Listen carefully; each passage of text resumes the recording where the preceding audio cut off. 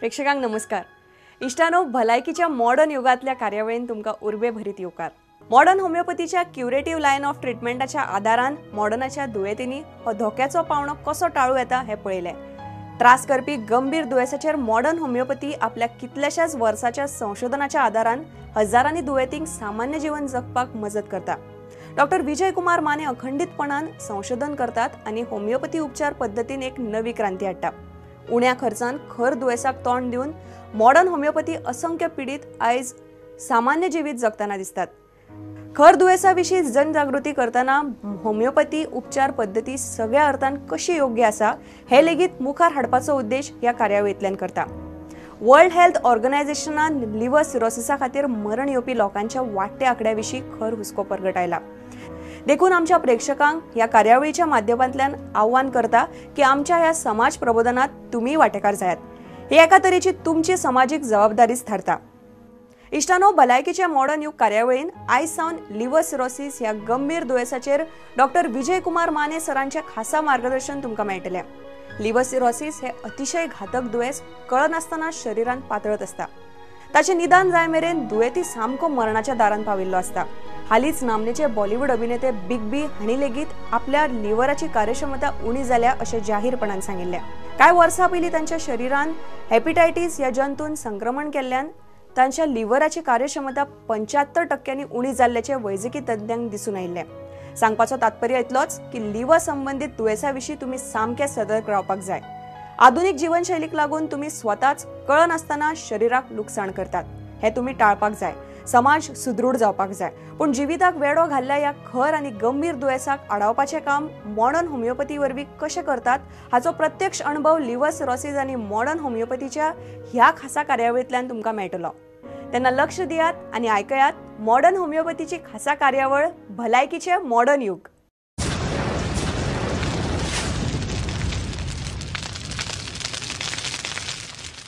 नमस्कार, मी अनुश्री करंदीकर. आरोग्याचं मॉडर्न युग या आपल्या विशेष कार्यक्रमात तुमचं सगळ्यांचं मनापासून स्वागत. मॉडर्न होमिओपॅथीच्या क्युरेटिव्ह लाईन ऑफ ट्रीटमेंटच्या द्वारे असाध्य रोग बरे होताना दिसत आहेत. रुग्ण एक सामान्य जीवन जगताना दिसत आहेत आणि हे सगळं शक्य होत आहे केवळ मॉडर्न होमिओपॅथीच्या द्वारे. गेल्या भागामध्ये आपण लिव्हरशी संबंधित बर्ड-चियरी सिंड्रोम हा एक लहान मुलांमधला लिव्हर सिरोसिस या आजाराबद्दल माहिती घेतली होती. कशा प्रकारे या आजारावरती ही मॉडर्न होमिओपॅथी यशस्वीपणे काम करते ते पाहिलं होतं. आजच्या भागामध्येही आपण लिव्हरशी संबंधित हेपेटायटिस या आजारावरती चर्चा करणार आहोत आणि सरांकडनं मार्गदर्शन करून घेणार आहोत. या संपूर्ण विषयावरती मार्गदर्शन करण्यासाठी आपल्याकडे आजही आलेले आहेत modern होमिओपॅथीचे CEO doctor Vijay Kumar Mane sir. Sir, कार्यक्रमात मनापासून स्वागत. नमस्कार. नमस्कार सर. आपण जसं म्हणतोय तसं की आपण लिव्हरशी संबंधित सगळ्या आजारांबद्दल बोलतोय. लिव्हर अत्यंत महत्त्वाचा भाग आहे आपल्या शरीरातला आणि त्या दृष्टिकोनातून आपण बर्ड-चियरी सिंड्रोम जो लहान मुलांमध्ये लिव्हर सिरोसिस दिसून येतो त्याविषयी संपूर्ण माहिती जाणून घेतली. त्याचे अनुभवही आपण पाहिले आणि कशा प्रकारे आपण मॉडर्न होमिओपॅथीच्या द्वारे त्या रुग्णांना बरं केलेलं आहे तेही आपण बघितलं. आजच्या भागामध्ये आपण लिव्हरशी संबंधी हेपेटायटिस याच्यावरती बोलणार आहोत आणि जसं आपण बघतो तसं की हा एक संसर्गजन्य आजार आहे तर त्या दृष्टिकोनातून थोडीशी भीतीही वाढते. तर मग त्या अनुषंगाने मला तुम्हाला सगळ्यात प्रथम हेच विचारायचं आहे की मग हा आजार हेपेटायटिस नेमका काय आहे त्याविषयी थोडंसं आपण प्रेक्षकांना सांगूया. पुन्हा एकदा थोडंसं आपण रिवाइंड करू. नक्की नक्की. लिव्हरची कामं आपण समजावून घेतलेली आहेत. आणखी एकदा समजावून घेऊ की जसं प्रोटीन सिंथेसिस बाईलचं जे प्रोडक्शन आहे ते प्रोडक्शन करते. ती बाईल जी आहे ते स्निग्ध पदार्थ आणि प्रोटीन यांच्या पचनाला मदत करते.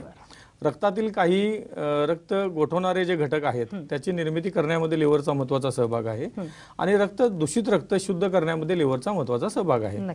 काही विटॅमिन्स जसं विटॅमिन A, विटॅमिन D आणि B12 ह्याचं सिंथेसिस करण्यामध्ये लिव्हर मदत करतं. कॉपर आणि लोह जे आहे जे तांब आणि लोह याचं साठवण्यामध्ये लिव्हर मदत करतं. ही लिव्हरची कार्य आहे.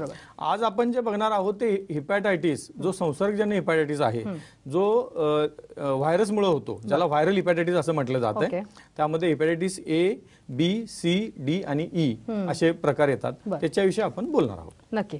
जसं तुम्ही म्हणालात तसं की ह्याचे वेगवेगळे प्रकार आहेत आणि हा एक संसर्गजन्य आजार आहे तर त्या अनुषंगाने प्रेक्षकांना काय सांगाल आणि आपण जसे वेगवेगळे प्रकार तुम्ही आज म्हटलेले आहे तर त्या वेगवेगळ्या प्रकारांची लक्षणं आणि कारणं तीही वेगळी असतात का? लक्षणं सेम आहेत पण कारण वेगवेगळे वेगवेगळे. आहेत. बरं. जसं हिपॅटायटिस ए जो आहे हा संसर्गजन्य हिपॅटायटिस म्हटलं जातं. बरं. मुख्यतः मनुष्याच्या विष्ठेमधनं आणि पाण्यामध्ये, दूषित फळांमधनं, दूषित पाण्यामध्ये, दूषित अन्नामधनं बरं. पसरणारा आजार आहे. बरं. त्याचं कारण आहे हिपॅटायटिस ए ओके. हा व्हायरस. हिपॅटायटिस बी, सी जे आहेत किंवा डी आणि ई हे जे आहे ते प्रामुख्याने रक्त संक्रमित असे आजार आहेत. अच्छा. बरं. किंवा रुग्णाचे जे काही डिस्चार्जेस आहेत, सलायवा म्हणजे थुंकी, विष्ठा, घाम बरं. याद्वारे पसरणारे ते व्हायरसेस आहेत. ओके. पुढचे आणि जसं तुम्ही म्हणालात तसं की हे वेगवेगळे प्रकार आहेत आणि त्याची जी कारणं आहेत ती कुठेतरी जर सगळ्याशी संबंधित असतात. हे सगळ्या गोष्टी लिव्हरवरती म्हणजे हा व्हायरस आहे आणि वेगवेगळ्या प्रकारचे हे व्हायरस आहेत. मग हे सगळे लिव्हरवरती कशा प्रकारे अटॅक करतात किंवा संक्रमित होतात त्याविषयी काय सांगाल? आपण मला वाटतं थोडंसं कारणापासून गेलेलं तर बरं होईल. जसं आता आपण हिपॅटायटिस बी चं बघितलं की हा प्रामुख्यानं रक्तातून संक्रमण करणारा आजार आहे. बरोबर. त्याला HBV व्हायरस असं म्हटलं जातं किंवा हिपॅटायटिस बी व्हायरस असं म्हटलं जातं. हिपॅटायटिस बी जो आहे हा प्रामुख्याने रक्तातून येतो, ओके, शारीरिक संबंधातून येतो, रुग्णाच्या सलायामधून किंवा थुंकीमधून येतो, विष्ठेमधून पण काही वेळेला येतो. या व्हायरसचं संक्रमण एका रुग्णापासून दुसऱ्या रुग्णाकडे होत जातं. काही वेळेला आता असं दिसून आलंय की अनुवंशिक सुद्धा याचं संक्रमण असावं की काय, असं मला माझ्या गेल्या 20 वर्षाच्या अनुभवातून असं वाटायला लागलंय. कारण काही फॅमिलीमध्ये ते हिपॅटायटिस बी चे रुग्ण कॉमन दिसतात. हे झालं हिपॅटायटिस बी चं. हिपॅटायटिस सी चं पण संक्रमण प्रामुख्याने तशाच प्रकारचं आहे. पण त्यामध्ये अजून एक गोष्ट ऍड करावी लागते की सध्या किडनी फेल्युअरचे बरेच पेशंट आहेत, लोक डायलिसिस करतात, तर डायलायझरद्वारे त्याचं संक्रमण होतं हिपॅटायटिस सी चं आणि हिपॅटायटिस बी चं सुद्धा. तसं रक्ताद्वारे पण संक्रमण होतं आणि बाकीचे जे घटक आहेत रुग्णाची लाळ किंवा तुंकी किंवा विष्ठा किंवा घाम याद्वारे पण हा आजार पसरला जाऊ शकतो किंवा पसरतो असं दिसून आलेलं आहे. बरं, याचं बऱ्याच वेळेला आपण बघितलं तर प्रिव्हेन्शन म्हणून काही वॅक्सिन्स ही उपलब्ध आहेत असं बघितलं जातं. तर कुठल्या कुठल्या या व्हायरसेसवरती वॅक्सिन आता अवेलेबल आहे? हिपॅटायटिस बी वरती कॉमन आहे सध्या. हिपॅटायटिस बी वरचं वॅक्सिनेशन कॉमन आहे आणि बऱ्याच ठिकाणी केलं जातं. हिपॅटायटिस सी वरती पण केलं जातं. हे 2 वॅक्सिनेशन कॉमन आहेत. हे सोडून इतर पण प्रकार आहेत. हिपॅटायटिस डी आणि ई हा सुद्धा एक प्रकार आहे जो असा संक्रमणजन्य व्हायरस आहे, पण त्याचं प्रमाण कमी आहे. प्रामुख्याने जे 2 प्रकार आपण बघतोय हिपॅटायटिस बी आणि हिपॅटायटिस सी, हे 2 प्रकार आणि प्रकारामुळे होणारा लिव्हर सिरोसिस आणि त्याच्यावरचे उपचार याच्याविषयी आपण चर्चा करू. नक्की. तुम्ही म्हणालात तसं आपण हेपॅटायटिस बी वरती आज थोडं कॉन्सन्ट्रेट करणार आहोत आणि त्या अनुषंगाने चर्चा करणार आहोत. ही चर्चा मला तुमच्यावर सुरू ठेवायची आहे, परंतु इथे वेळ झाली एका छोट्याशा ब्रेक. सल्ला आणि मार्गदर्शनासाठी खालील क्रमांकावर मिस कॉल करा: 7038833881 आणि 7038833882. समुपदेशन आणि मार्गदर्शनासाठी मॉडर्न होमिओपॅथीच्या खालील केंद्रांवर संपर्क साधा: दादर, कळवा, धनकवडी, पिंपरी चिंचवड, म्हापसा, मडगाव, नाशिक, औरंगाबाद, कोल्हापूर, नांदेड, नागपूर आणि सोलापूर.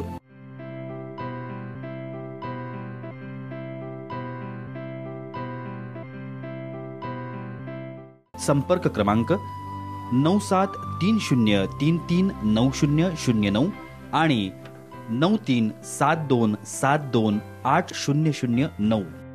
टोल फ्री क्रमांक 180012180009. Website modernhomeopathy.co.in. Email ID info@modernhomeopathy.co.in आणि kidneycureclinic@gmail.com.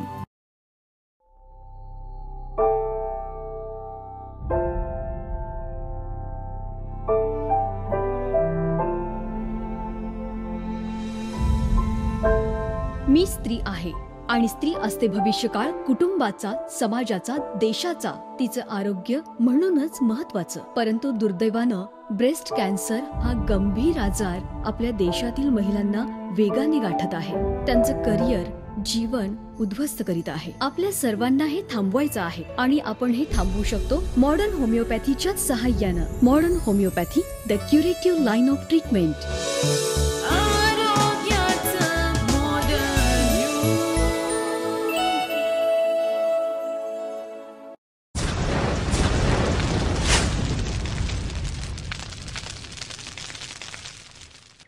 ब्रेकनंतर आरोग्याचं मॉडर्न युग या आपल्या विशेष कार्यक्रमात तुमचं सगळ्यांचं पुन्हा एकदा स्वागत.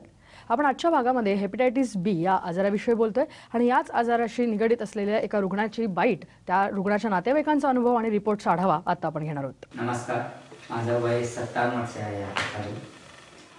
सुरुवातीच्या काळामध्ये मला जेवण न जाणं, पोट फुटणं आणि लघवी पिवळी येणं हा त्रास होत होता. सुरुवातीला टेस्ट केल्यानंतर त्यामध्ये हेपेटायटिस बी निदान झालं आणि त्यावर पारंपरिक पद्धतीची जी औषधं आहेत आयुर्वेदिक ती घेतली, परंतु त्यानेही फारसा फरक पडला नाही. नंतर हॉस्पिटलमध्ये ॲडमिट झालो. ज्यावेळेस बिलिरुबिन वाढलेलं होतं त्याच वेळेस आम्हाला modern homeopathy doctor Vijaykumar Mane यांची माहिती मिळाली आणि होमिओपॅथीची औषधं आम्ही सुरू केली. ऑगस्ट 2015मध्ये माझ्या मिस्टरांना थोडं बरं नसल्यामुळे दवाखान्यात गेलो. तर दवाखान्यात काविळीचं निदान झालं. काविळीचं निदान झाल्यानंतर आम्ही एक दिवस औषध घेतलं आणि दुसऱ्या दिवशी आयुर्वेदिक उपचार घेतले. व कावीळ आहे, साधी बरी होईल म्हणून नाकात औषध टाकण्याचा जो उपचार आहे तो घेतला. पण त्याच्या तिसऱ्या दिवशी आम्हाला असं वाटलं कावीळ वाढली का कमी झाली पाहावं म्हणून परत आम्ही चेक करायला गेलो. तर तिथे आम्हाला हेपेटायटिस बीची चेकिंग आम्ही केली. तर त्यात ते हेपेटायटिस बी आलं. मग परत आम्ही डॉक्टरांकडे गेल्यानंतर डॉक्टर म्हटले तुमची कावीळ वाढली म्हणे आणि ॲडमिट होऊन जा.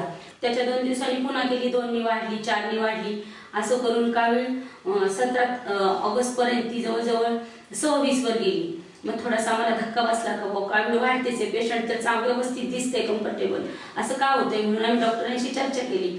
तर डॉक्टरांनी आम्हाला माझे उपचार तर करतोय पण पेशंटला काही फरक पडत नाही, तर मी तुम्हाला पुण्याचा एक पत्ता देतो, त्या डॉक्टरांकडे तुम्ही जा. घरी आल्यानंतर मग पेशंट जास्तच उलट्या बिलट्या करायला लागलं. दुसऱ्या दिवशी परत त्याच हॉस्पिटलला गेलो पुण्याला आणि मग डॉक्टर म्हटले काही गरज नाही, काही होणार नाही, 1.5 महिना तुम्हाला असा काढावाच लागणार आहे. तर मग घरी आलो. घरी आल्यानंतर पेशंट जास्तच अजून थकवा ते जाणवायला लागलं. आता काय करणार म्हणून मग पुन्हा नगरला ॲडमिट झालो. पहिल्या दवाखान्यात गेलो होते तिथे. तर त्यांनी सांगितलं तर माझ्याकडून तर काही पेशंट तुमचं नीट होईना, तर तुम्हाला मी मुंबईचा एक पत्ता देतो डॉक्टरांचा, तुम्ही तिथे जा. घरी आल्यानंतर मग पुन्हा पेशंट जास्तच म्हणजे अस्वस्थपणा, जेवताना घास तोंडात न जाणं, हात थरथर कापणं, कोण काय बोलते त्याच्याकडे अजिबात लक्ष नाही, पेपर सुद्धा वाचता येत नव्हता अजिबात. मग आता काय करणार रोज तेच. मग विचार केला. पुन्हा एक दिवस इतकं जास्त झालं की रात्रीचं जेवण बंद केलं. थोडंसं माहिती असल्यामुळं, डॉक्टर घरात असल्यामुळं की बेशुद्ध अवस्था येईल वा कोमात पेशंट जाईल काय या भीतीने आम्ही दुसऱ्या दिवशी अर्जंट पुन्हा नगरला 3ऱ्याच हॉस्पिटलमध्ये ॲडमिट झालो. पण पोट खूप फुगलेलं होतं आणि जुलाब काही न खाता जुलाब चालू होते. मग थोडीशी आम्हाला भीती वाटायला लागली. तर डॉक्टर म्हटले पोटावर मी तुमचा इलाज करू शकत नाही, मी फक्त तुम्हाला ऑक्सिजनचा पुरवठा करू शकतो. पुन्हा म्हणजे एक प्रॉब्लेम उद्भवायला लागले. किडनीत इन्फेक्शन गेलं, एंडोस्कोपी केलं, 2D केली, सगळं केलं, पण ते म्हटले इन्फेक्शन वाढतच चाललं. आता याला एकच पर्याय म्हणे, तो पेशंटचं 90% लिव्हर काम देत नाही आणि 10% काम देतो, तुम्हाला लिव्हर अर्जंट ट्रान्सफर करावं लागेल. आणि मग एक दिवस काय झालं, खूप सिरियस झालं पेशंट, खूप इन्फेक्शन पांगलं. पूर्ण किडनीत इन्फेक्शन गेलं, क्रिएटिन ते वाढून गेलं आणि डॉक्टर म्हणे आता आमचा काही इलाज नाही म्हणे, तुम्हाला लिव्हर अर्जंट ट्रान्सफर करावे लागेल, इतके लाख लागतील, तुम्ही तयारी ठेवा, 30 लाख लागतील, 35 लागतील. जेव्हा आमचं पेशंट सिरियस झालं सप्टेंबरमध्ये, त्यावेळेस आम्ही मॉडर्न होमिओपॅथीचे डॉक्टर विजयकुमार माने यांच्याकडे गेलो आणि त्यांच्याशी चर्चा करून त्यांनी व्यवस्थित आम्हाला 100% गॅरंटी दिल्यामुळे आम्ही ते औषध सुरू केलं. मग थोडंसं 2-3 दिवसात थोडंसं पेशंट थोडंसं अन्न पाणी खायला लागलं तिथे, पण घरी आल्यानंतर थोडंसं पुन्हा असं गहाळ झाल्यासारखं केलं आणि पायावर सूज आली. तर मग पुन्हा आम्ही सारखं डॉक्टरांना फोन करत राहिलो बा का बरं असं. तर डॉक्टर म्हणे होईल, त्याला वेळ लागेल, 8-15 दिवस वेळ लागेल. आम्ही पण डॉक्टरांचं ऐकलं, डॉक्टरच्या सांगण्याप्रमाणे आम्ही देत राहिलो, डोस औषधाचा खंडच केला नाही. डिसेंबर एंडला पेशंट चांगले 3-4 वेळेस जेवायला लागले. आज त्या औषधाचा आम्हाला खूप मोठ्या प्रमाणात फरक दिसलेला आहे, कारण रिपोर्टमध्ये आमच्या खूप बदल झालेले आहे. डॉक्टरांनी जे सांगितलं होतं, जे डॉक्टरांना अपेक्षित होतं, त्यात खूप बदल झाल्यामुळं आम्ही ती ट्रीटमेंट काही न कर म्हणजे अखंड चालू आहे. त्यात एक दिवस सुद्धा खंड करत नाही किंवा एखाद्या डोसचा सुद्धा खंड करत नाही. नियमित पेशंट व्यवस्थित ट्रीटमेंट घेतंय. माझ्या अनुभवावरून मला असं हेपेटायटिस बी असणाऱ्या पेशंटला असं सांगावंसं वाटतं की ज्यांना हा प्रॉब्लेम आहे त्यांनी जरूर डॉक्टर मॉडर्न होमिओपॅथीचे डॉक्टर विजयकुमार माने यांचा जरूर सल्ला घ्यावा आणि नंतरच आपली ट्रीटमेंट चालू करावी. वय 57 वर्ष. या रुग्णाला ऑगस्ट 2015 मध्ये कावीळ झाली होती. त्यांचं बिलिरुबिन 29.44 इतक्या मोठ्या प्रमाणात होतं. त्यांनी काविळीची तपासणी केली असता सप्टेंबर 2015 मध्ये त्यांना हेपेटायटिस बी या गंभीर आजाराचं निदान झालं. त्यांनी पारंपरिक उपचार पद्धतीमध्ये ॲडमिट होऊन उपचार चालू केले, पण काहीही फरक जाणवला नाही. रुग्ण खूप अस्वस्थ होते. त्यांचं जेवण बंद झालं होतं. त्यांचं भान हरपलं होतं. एकंदरीत रुग्ण पूर्णपणे बेशुद्ध अवस्थेत व झोपून होते. त्यांचं पोट फुगलं होतं आणि पोटात पाणी झालं होतं. जेवण नसताना देखील जुलाब जास्त होत होते. तज्ज्ञांनी रुग्णांचे लिव्हर 90% खराब झालं असून त्यांचा आजार किडनीत पसरला आहे असं सांगितलं. तज्ज्ञांनी त्यांना त्वरित लिव्हर ट्रान्सप्लांट करण्याचा सल्ला दिला. या अवस्थेत त्यांनी सप्टेंबर 2015 मध्ये मॉडर्न होमिओपॅथीचे औषधोपचार चालू केले. या औषधोपचारानं 15 दिवसातच रुग्णाला फरक दिसू लागला. ते पूर्णपणे शुद्धीवर आले. त्यांना जेवण जाऊ लागलं. त्यांच्या पोटातील पाणी कमी झालं. त्यांना पूर्वी होणारे सर्व त्रास हळूहळू कमी झाले. मार्च 2016च्या रिपोर्टनुसार त्यांचं बिलिरुबिन 29.44 वरून 0.98 इतक्या प्रमाणात कमी झालं.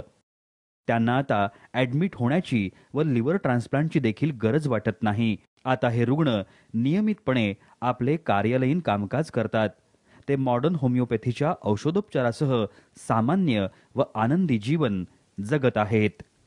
तर आपण पाहिलं की कशा प्रकारे या रुग्णाला संपूर्ण हा आजार झालेला होता आणि कशा प्रकारे मॉडर्न होमिओपॅथीच्या द्वारे हा रुग्ण आता एक सामान्य आयुष्य जगताना दिसतोय.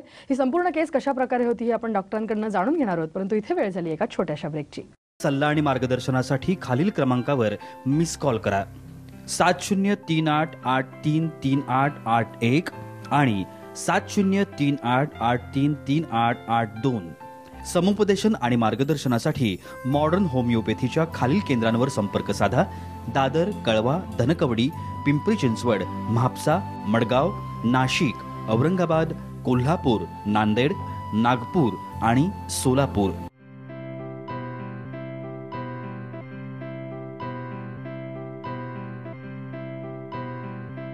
संपर्क क्रमांक 9730339009 आणि 9372728009. टोल फ्री क्रमांक 180012180009. Website modernhomeopathy.co.in. Email ID info@modernhomeopathy.co.in आणि kidneycureclinic@gmail.com.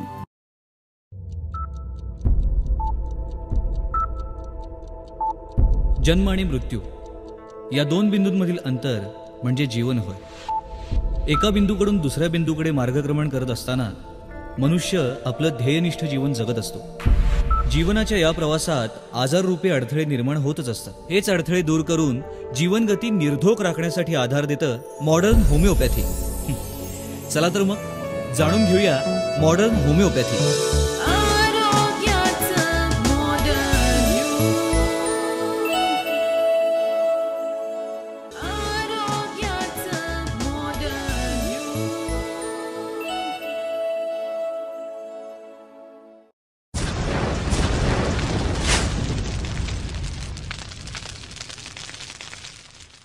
ब्रेकनंतर आरोग्याचं मॉडर्न युग या आपल्या विशेष कार्यक्रमात तुमचं सगळ्यांचं पुन्हा एकदा स्वागत. आपण हेपेटायटिस बी या आजाराविषयी चर्चा करतोय. असं ब्रेकवर जाण्यापूर्वी आपण जे रुग्ण आहेत त्यांचा अनुभव ऐकला, त्यांच्या नातेवाईकांचा अनुभव ऐकला आणि समचे रिपोर्ट जे होते त्यांचे त्याचाही आढावा आपण घेतलाय. ही संपूर्ण केस कशा प्रकारे होती आणि कशा प्रकारे तुम्ही हँडल केली त्याविषयी थोडंसं. पेशंटच्या वेळेला पहिल्यांदा आपल्याकडे आले त्यावेळेला ते मुंबईमधल्या एका नामांकित हॉस्पिटल आहे बॉम्बे हॉस्पिटल. त्या बॉम्बे हॉस्पिटलमध्ये हेपॅटायटिस बी साठी ते ऍडमिट होते. त्याच्यापूर्वी साधारणपणे वर्षभर त्यांना आजार झालेला होता. ते बऱ्याच ठिकाणी ऍडमिट झाले आणि शेवटी त्यांना मुंबईला ट्रान्सफर करण्यात आलं बॉम्बे हॉस्पिटलमध्ये. तिथे उपचार ते घेत होते वर्षभर. ज्यावेळेला आपल्याकडे आले त्यावेळेला ते रुग्ण येऊ शकले नव्हते. त्यांचे नातेवाईक आपल्याकडे आलेले होते. ऑगस्ट 2015ची गोष्ट आहे ही. आणि त्यावेळेला नातेवाईकांनी असं सांगितलं की पेशंट हे सिरियस आहेत आणि ते कोमामध्ये आहेत. बेशुद्धावस्थेत पेशंट असताना बॉम्बे हॉस्पिटलमध्ये तिथल्या लोकांनी त्यांना सांगितलं होतं, डॉक्टरांनी जे प्रसिद्ध गॅस्ट्रोएंटरोलॉजिस्ट आहेत, की त्यांना घरी घेऊन जा, आता पेशंट वाचायची शक्यता कमी आहे. अशा वेळेला नातेवाईक घाबरे गुबरे होऊन माझ्याकडे आले आणि मला म्हणजे डॉक्टर काहीतरी करा, तर आम्हाला फक्त तुम्ही 8 दिवसाचं औषध द्या असं त्यांनी सांगितलं. ठीक आहे म्हटलं, आता पेशंट शेवटच्या ह्याच्यामध्ये आहे, आपण पण त्यांना 8 दिवसाचे औषध दिले आणि त्यांना सांगितलं की मी 5-6 दिवसानंतर पुण्यामध्ये असेन, त्यावेळेला पुण्याच्या ओपीडी मध्ये मला येऊन भेटा, इम्प्रूव्हमेंट झाली तर आपण त्याप्रमाणे पुढचं ट्रीटमेंट देऊ. असं एक करून मी औषध त्यांना दिलं. मी तिथं ते विसरून गेलो आणि 5 दिवसानंतर रुग्ण, माझं पुण्यातलं क्लिनिक आहे ते 5व्या मजल्यावर आहे, नेमकी त्या दिवशी योगावरून लिफ्ट बंद होती, रुग्ण चालत वरती 5व्या मजल्यावर आला आणि मला भेटला. मी पण स्वतः आश्चर्यचकित झालो की 5 दिवसापूर्वी ह्या पेशंटला सांगितलं की डिस्चार्ज होऊन घरी जा.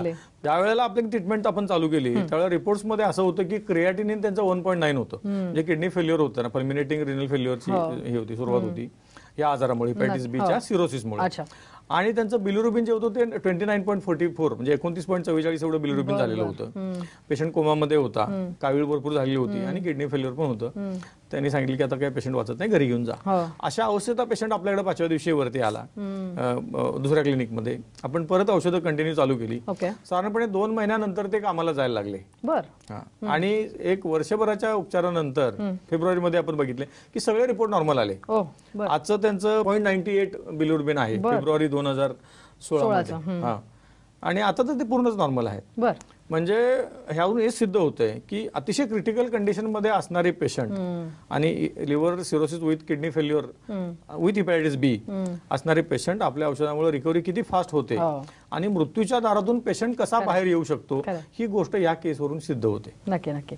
तुम्ही म्हणालात तसं की या केसमध्ये खरोखर चमत्कारिकच घटना आहे ही. आणि त्या अनुषंगाने मला तुम्हाला हेच विचारायचं आहे की कन्व्हेन्शनल उपचार पद्धतीमध्ये बऱ्याच वेळेला ही लिमिटेशन्स असतात की एका स्टेज नंतर पुढे कुठल्याही प्रकारचे उपचार अवेलेबलच नाहीत. तर अशा वेळेला मग आपली जी मॉडर्न होमिओपॅथीची जी ही आहे टेक्निक आहे आणि याच्यामध्ये नेमका काय फरक आहे, आपण कशा प्रकारे उपचार करतो? आपल्या औषध एक तर आपली ओपीडी बेसिस ट्रीटमेंट आहे आणि आपण अगोदर पण याच्यावर चर्चा केलेली आहे की आपण पॅथॉलॉजी रिव्हर्स होऊ शकते या गोष्टीवर काम करतो. आणि यावरून काय दिसते की पॅथॉलॉजी रिव्हर्स होते. तर कशावरून दिसतंय, जसं मी सांगितलं की त्यांचं बिलिरुबिन 29.44 होतं, ते आज 0.98 आहे. क्रिएटिनिन नॉर्मल आहे. पेशंट काम करतो. 2ऱ्या महिन्यापासून पेशंट ड्युटीवर जॉईन झाला, 2रा महिना अखेर म्हणजे 3ऱ्या महिन्यामध्ये. ह्या गोष्टी इंडिकेट करतात की पॅथॉलॉजी रिव्हर्स होते. ज्या वेळेला हे लिव्हर पुन्हा काम करायला लागते त्यावेळेला तर रुग्णाला सगळ्या गोष्टींमध्ये फरक पडतो. जसं कावीळ होती ती कावीळ कमी झाली, बेशुद्धावस्था गेली, अमोनिया लेवल वाढला होता तो कमी आला, बाकी सगळ्या गोष्टी हिमोग्लोबिन वाढायला लागलं, प्लेटलेट कमी होत्या त्या वाढायला लागल्या. नॉर्मॅलिसी टुवर्ड्स नॉर्मल्सी पेशंट हा जायला लागला. नक्की. म्हणजे जसं आपण बघतो की सिम्प्टोमॅटिक रिलीफ न मिळता या सगळ्या गोष्टी ज्या मूळ असायला पाहिजे जिथे जागेवर त्या सगळ्या आणण्याच्या दृष्टिकोनातून आपली ट्रीटमेंट जी आहे ती काम करते. मला हे तुम्हाला विचारायचं आहे की हेपॅटायटिस बी जसं आपण म्हणतोय की संसर्गजन्य आहे, तर त्याच्यामुळे जर झाला असेल पेशंटला तर त्यांनी कुठली खबरदारी किंवा काळजी घ्यायला पाहिजे जेणेकरून तो इतरांना लागण होऊ शकत नाही या दृष्टीने? आता एक पहिली गोष्ट बघितली आपण की लैंगिक संक्रमणातून पसरणारा हा आजार आहे. त्यामुळं लैंगिक संबंध अनेक म्हणजे मल्टिपल टाळणं ही एक त्यावरची गोष्ट आहे. किंवा मग साधनं वापरणं जसं कंडोम्स वापरणं ही एक महत्वाची गोष्ट आहे. आता दूषित सुया आधी खूप प्रकार होता की लोक इंजेक्शन एकाचं दुसऱ्याला द्यायचे न हे करता स्टरलाइज करता, तर ते स्टरलायझेशन आता होतंय किंवा आता डिस्पोजेबल सिरिंजेस आहेत, तो एक प्रकार त्यामुळे आपण ते टळलं जातो. डायलिसिस करणाऱ्या रुग्णांनी ते काळजी घ्यायला पाहिजे की ते मशीन स्टरलाइज करायला पाहिजे, त्याचं ते किट बदलायला पाहिजे. ह्या गोष्टी डायलिसिसच्या लोकांसाठी आवश्यक आहेत. आणि जर एखादा रुग्ण असेल तर त्याचं रुमाल किंवा दाढीचं रेझर हे दुसऱ्यांनी वापरणं टाळलं पाहिजे. आणखी एक गोष्ट टॅटूइंग मधनं पण ते टॅटू काढतात, टॅटूइंग मधनं पण ते हे होतंय, ते टॅटूइंगचं जे काय हे इक्विपमेंट ते स्टरलाइज करून घ्यायला पाहिजे. या गोष्टीतून आपण एकापासून दुसरीकडे होणारा ट्रान्समिशन या आजाराचं संसर्ग हा टाळू शकतो. आज आपण हेपॅटायटिस बी बद्दल बोललेलो आहे. हा विषय जसा आहे तो मोठा आहे, तर त्याविषयी मला तुमच्याशी अजूनही चर्चा करायची आहे, परंतु वेळेअभावी आज आपण इथेच थांबणार आहोत. तुम्ही या विषयावरती इथे एवढं छान मार्गदर्शन केलं त्याबद्दल धन्यवाद. नमस्कार. सल्ला आणि मार्गदर्शनासाठी खालील क्रमांकावर मिस कॉल करा. 7038833881 आणि 7038833882. समुपदेशन आणि मार्गदर्शनासाठी मॉडर्न होमिओपॅथीच्या खालील केंद्रांवर संपर्क साधा. दादर, कळवा, धनकवडी, पिंपरी चिंचवड, म्हापसा, मडगाव, नाशिक, औरंगाबाद, कोल्हापूर, नांदेड, नागपूर आणि सोलापूर.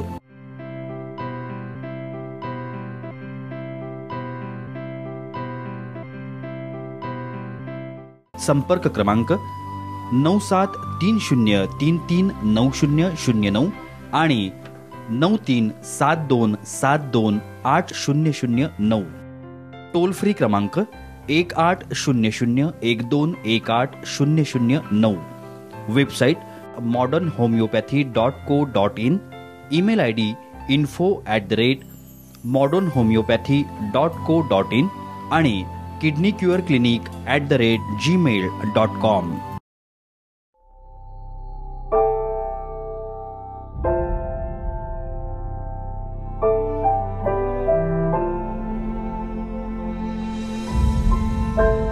मी स्त्री आहे आणि स्त्री असते भविष्यकाळ कुटुंबाचा, समाजाचा, देशाचा, तिचं आरोग्य म्हणूनच महत्वाचं. परंतु दुर्दैवानं ब्रेस्ट कॅन्सर हा गंभीर आजार आपल्या देशातील महिलांना वेगाने गाठत आहे. त्यांचं करिअर, जीवन उद्ध्वस्त करीत आहे. आपल्या सर्वांना हे थांबवायचं आहे आणि आपण हे थांबवू शकतो मॉडर्न होमिओपॅथीच्या सहाय्यानं. Modern homeopathy, the curative line of treatment.